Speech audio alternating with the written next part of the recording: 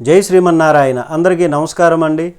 ఈ కలియుగంలో ఏ జనులైతే భక్తి శ్రద్ధలతో నిరంతరము కూడా ఆత్మయందు ఆ రామనామాన్ని, ఆ రాముని తాలూకు మహిమలను, ఆ నారాయణ నామాన్ని ఎవరైతే జపిస్తారో అటువంటి వారు సులువుగా సకల బాధల నుండి కూడా, ఈ సంసార బంధాల నుండి విడివడి చేసి సుఖదుఖాలను సమభావనతో చూస్తూ కామక్రోధ లోభ మద మత్సరాలతో పైన విడివడింపజేసి కోరికలు లేకుండా ఉన్నదాంతోని సంతృప్తి చెందేలాగా ఆ రామనామ మహిమే మనల్ని చేస్తుంది, మనల్ని తరింపజేసేలాగా చేస్తుంది.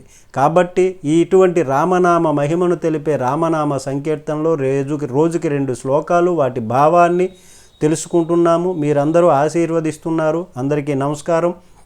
పిల్లలకు కూడా దీన్ని తెలియచేయండి, 10 మందికి షేర్ చేయండి. రామనామము రామనామము రమ్యమైనది రామనామము, జన్మ మృత్యు రహస్యమెరిగి జపించవలె శ్రీరామనామము, విషయవాసనలెల్ల విడిచిన విదితమగు శ్రీరామనామము, పుట్టడము, జీవించడము, మరణించడము, వీటి గురించి రామనామాన్ని పలికిన జనులు మాత్రమే గుర్తించగలరు ఈ రహస్యాన్ని.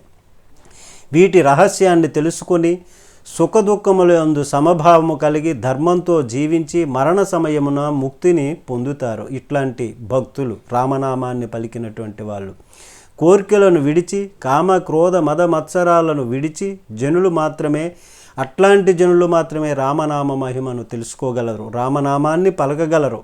అందుకే రామనామము రమ్యమైనది. ఈ కలియుగంలో సులువుగా తరించబడేటటువంటిది రామనామము. ఇప్పుడు కూడా ఆనందంగా ఉంచగలిగేది రామనామం. అందుకే రామనామాన్ని పలుకుదాము, 10 మందికి పంచుదాము, షేర్ చేయండి 10 మందికి. అలాగే అన్యమతస్థులు చొరబడుతున్నారు, హిందూ మతాన్ని రక్షించండి, హిందూ ధర్మాన్ని కాపాడండి.